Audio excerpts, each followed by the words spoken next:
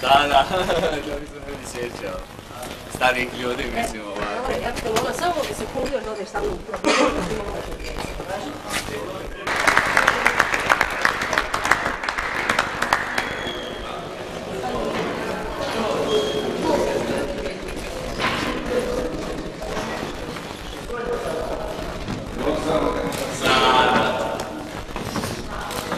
Dobro jutro, dobar dan.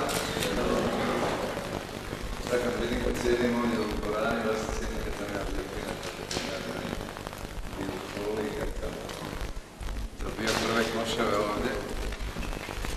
Bilo je lijepo i na ugledu se sigurno sjećam i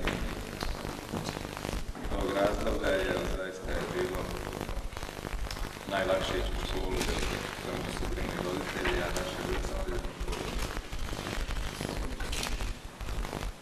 Nadam se da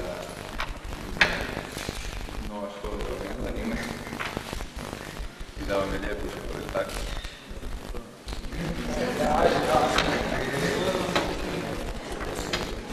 Sad ako ima neko pitanje, nešto bolje bi bilo.